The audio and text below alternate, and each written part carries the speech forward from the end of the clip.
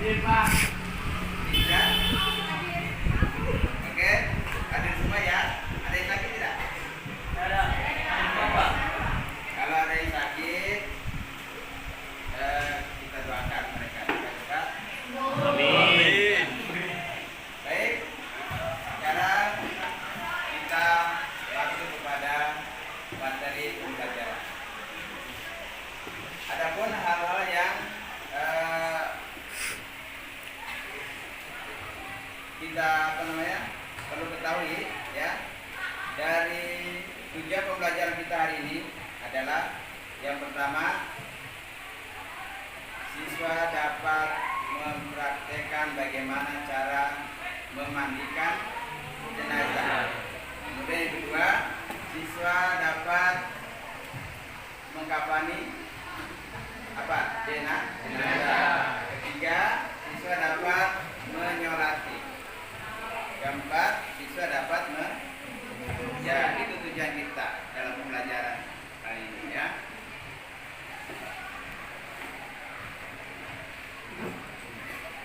Sebelumnya Bapak akan bagi kelompok ya.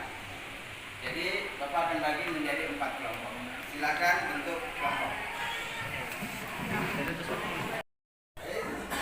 Selanjutnya kita setelah bentuk kelompok, kita simak video pembelajaran tentang jenazah. Assalamualaikum warahmatullahi wabarakatuh. Baik anak-anak, pada hari ini kita akan belajar dengan tema bagaimana cara memandikan jenazah menurut syariat Islam. Namun sebelumnya, marilah kita simak video berikut ini.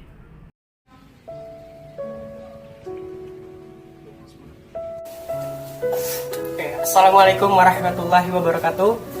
Kita dari kelas 12 2 ingin memperagakan tentang tata cara pemandian jenazah yang baik dan benar menurut sunnah Rasulullah SAW. Adapun bahan-bahan yang kita butuhkan itu yang pertama adalah kapur barus. Kapur barus ini kita gunakan hanya 1 atau 2 buah saja sesuai kebutuhan. Namun kapur barus ini harus dihaluskan terlebih dahulu sampai benar-benar halus, lalu dicampurkan dengan air untuk pembilasan terakhir pada saat pemandian jenazah. Terus yang kedua itu kita butuhkan adalah kapas. Nah, kapas ini digunakan untuk menutupi bagian-bagian atau lubang-lubang yang memang mengeluarkan najis seperti lubang dubur ataupun lubang-lubang lainnya. Terus yang ketiga itu ada masker. Nah, masker ini tidak terlalu dibutuhkan sebenarnya, namun untuk sekedar melengkapi saja. Terus yang keempat ada 1 buah handuk. Handuk ini dibutuhkan pada saat pemandian jenazah, nanti akhirnya kita keringkan dengan menggunakan handuk ini. Sekian bahan-bahan yang dibutuhkan untuk pemandian jenazah.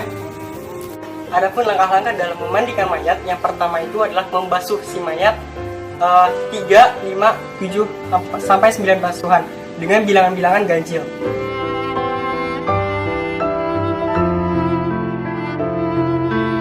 Setelah mayat dibasuh dengan hitungan ganjil, maka si mayat tersebut harus didudukkan dengan posisi tidak tegap duduk tapi hampir miring seperti ini, lalu diurut-urut perutnya secara halus sehingga semua kotoran yang ada di dalam diri si mayat itu keluar.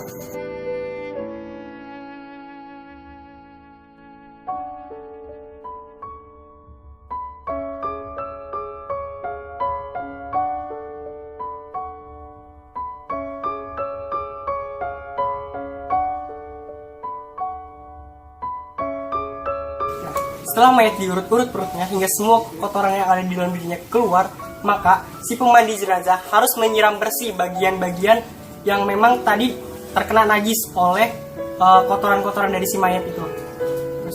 Nah, setelah dibersihkan, maka si pemandi jenazah wajib mewudukan si mayat tersebut.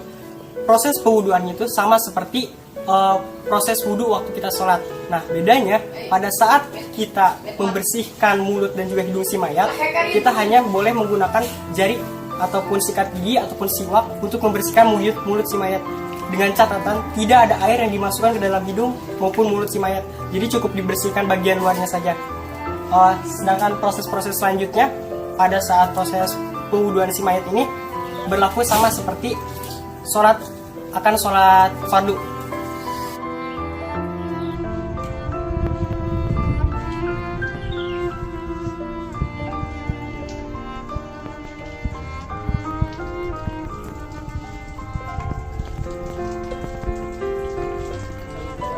Nah, setelah diwudukan, maka langkah selanjutnya adalah membersihkan kepala si mayat terlebih dahulu.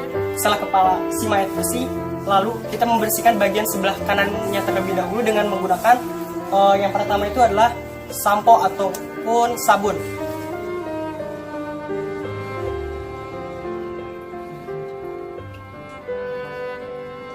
Sampai bersih, lalu kita dibalik bagian belakangnya juga, lalu kita bersihkan sebagian kanannya dengan air.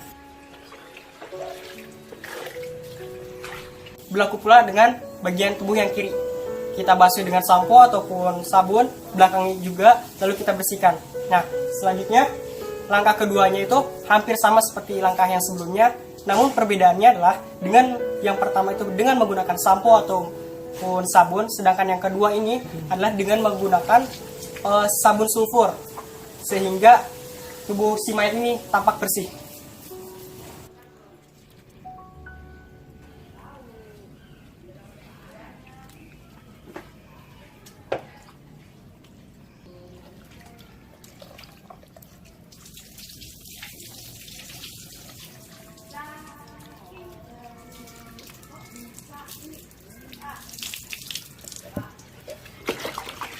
Nah, setelah mayat dimandikan dengan proses dua pemandian tadi, maka langkah si mayat harus disiram dengan air kapur barus yang sudah dihaluskan terlebih dahulu, agar tubuh si mayat tadi tidak digigit serangga ataupun tidak dikerumuni oleh serangga nantinya.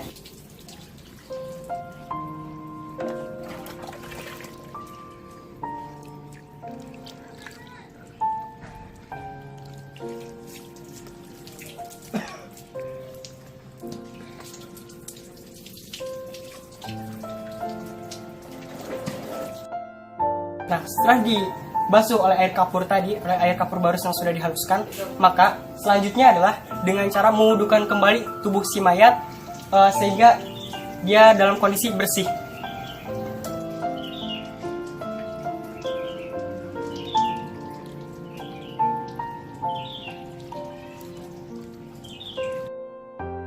Nah, setelah mayat tadi diwudukan, maka langkah selanjutnya adalah dengan cara membersihkan atau mengkeringkan air-air yang ada di dalam tubuh si mayat tampak bersih dengan menggunakan handuk ataupun kain kecil.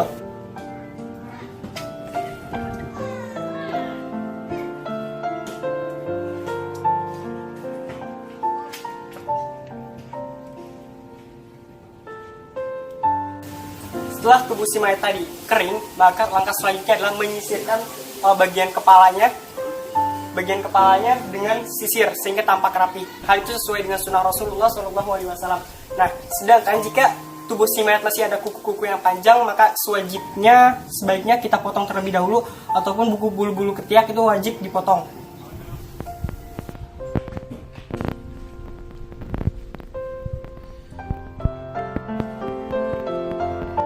Nah, sekian langkah-langkah dari kami tentang proses pemandian mayat.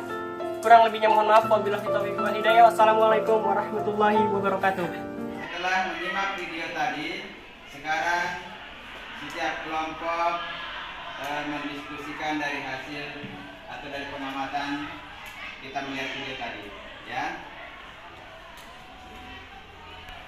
Ya, silakan diskusikan daripada hasil tadi nonton video, ya.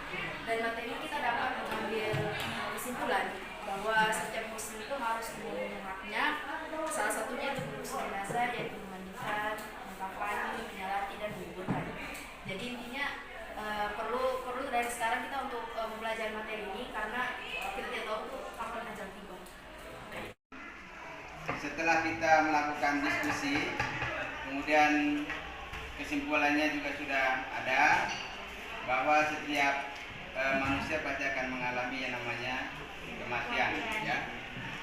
Betul apa yang disampaikan teman kelompok tadi bahwa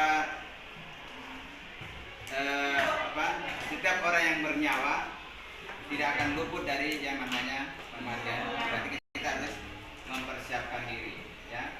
Hak-haknya yang meninggal juga punya hak, kemudian yang hidup juga punya kewajiban. Kewajibannya tadi pertama adalah memandikan, mengkafani, menyolati, dan menguburkan, ya.